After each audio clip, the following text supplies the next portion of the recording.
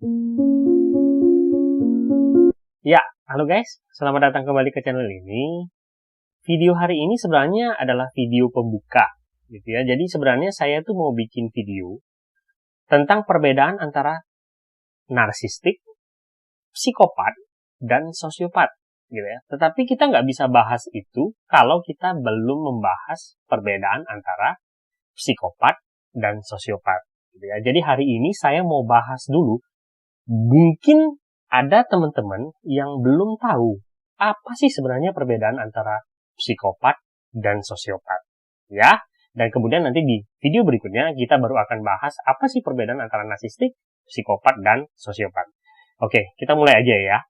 Jadi gini guys, ketika kita bicara tentang psikopat dan sosiopat, gitu ya, kita berarti berbicara tentang yang namanya antisocial personality disorder. Apa itu antisocial personality disorder?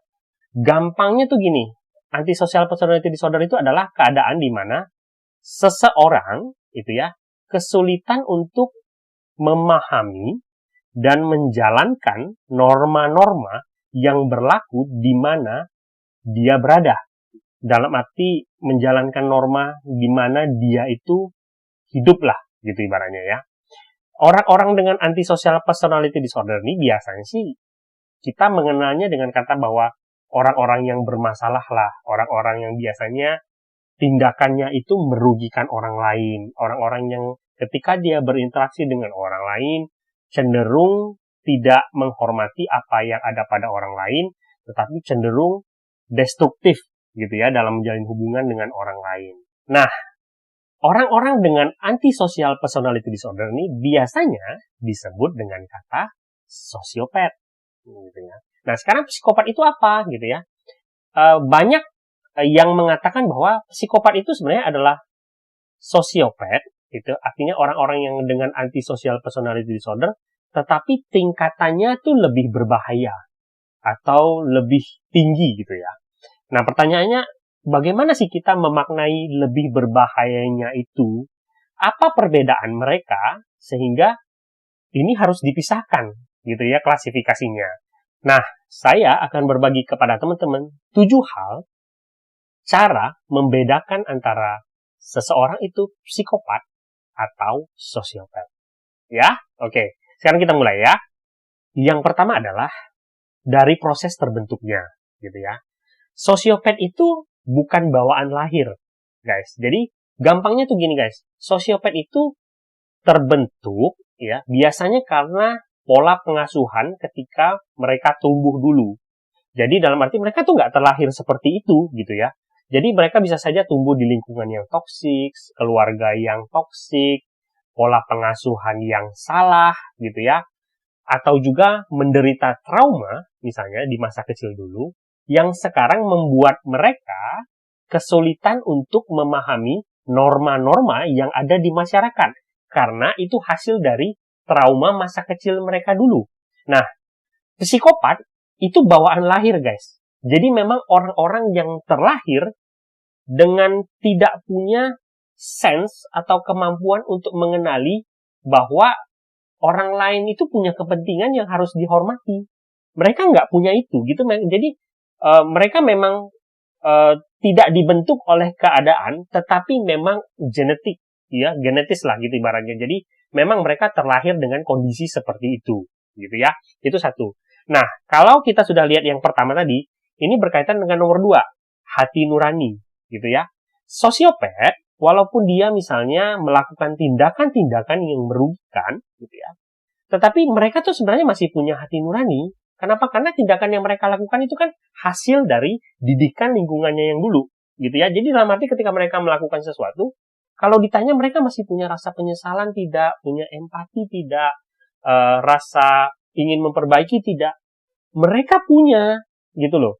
Tetapi biasanya itu kalah oleh didikan mereka dulu, gitu ya. Itulah kenapa mereka masih melakukan kejahatan yang mereka lakukan, gitu ya. Nah, sedangkan psikopat itu mereka nggak punya, guys. Mereka nggak punya rasa penyesalan, rasa bersalah, rasa empati, mereka nggak punya itu. Kenapa? Karena bawaan lahir mereka tidak punya sense untuk mengenal itu.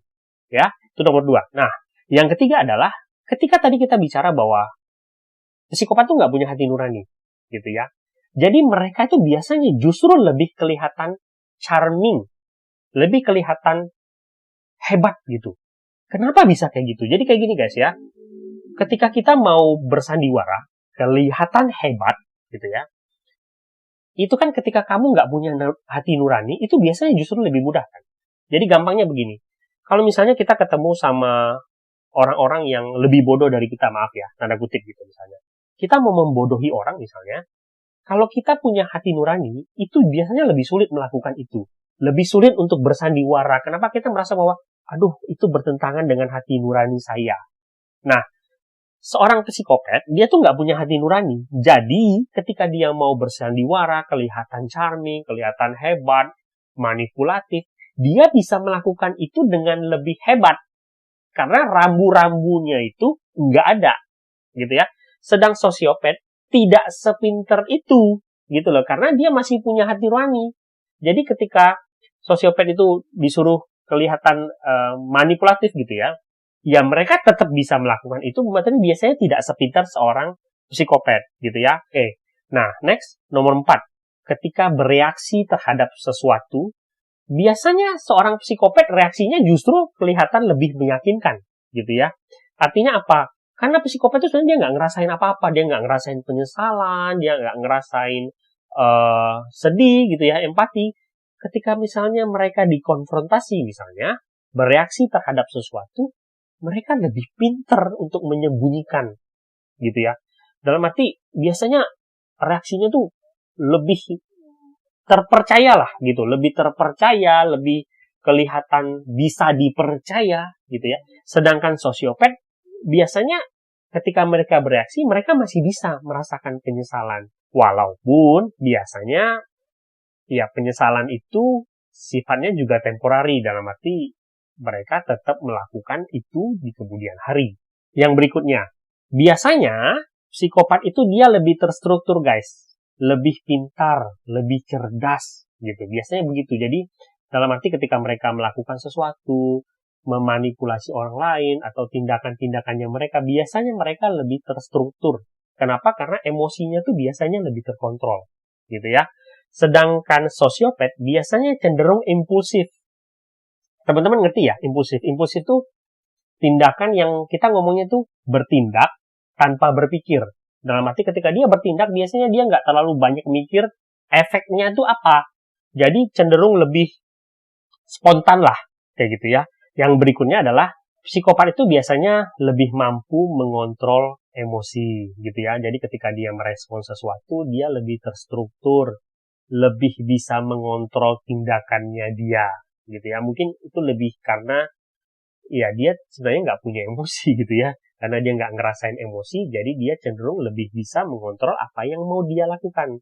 Sedangkan orang-orang dengan sosiopat biasanya lebih emosional gitu ya. Jadi ketika merespon sesuatu tuh emosinya tuh biasanya lebih meledak-ledak gitu.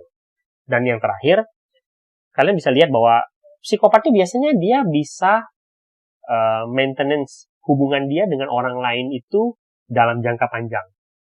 Kerjanya bisa jangka panjang, menjalin hubungan dengan seseorang yang bisa saja dia manipulasi jangka panjang juga. Sedangkan orang dengan sosiopat biasanya cenderung meledak-ledak dan kesulitan untuk menjalin hubungan jangka panjang. Entah itu hubungan pekerjaan, entah hubungan percintaan misalnya, cenderung hubungannya tuh lebih pendek gitu ya. Karena mungkin juga sifat bawaannya dia juga kan gitu ya. Nah, kalau kita sekarang mau tanya, yang mana sih lebih berbahaya? Kita pasti bisa bilang psikopat itu lebih berbahaya dari sosiopat kan. Karena psikopat itu mungkin kita bilang lebih tersembunyi, lebih bisa mengontrol diri, lebih tidak terlihat, lebih tidak punya hati nurani. Sedangkan sosiopat cenderung impulsif, ya, gerak-geriknya itu kadang tidak tersembunyi dan mungkin lebih punya hati nurani. Video berikutnya kita akan lihat bagaimana cara membedakan antara narsistik, psikopat, dan sosiopat. Sampai jumpa di video berikutnya.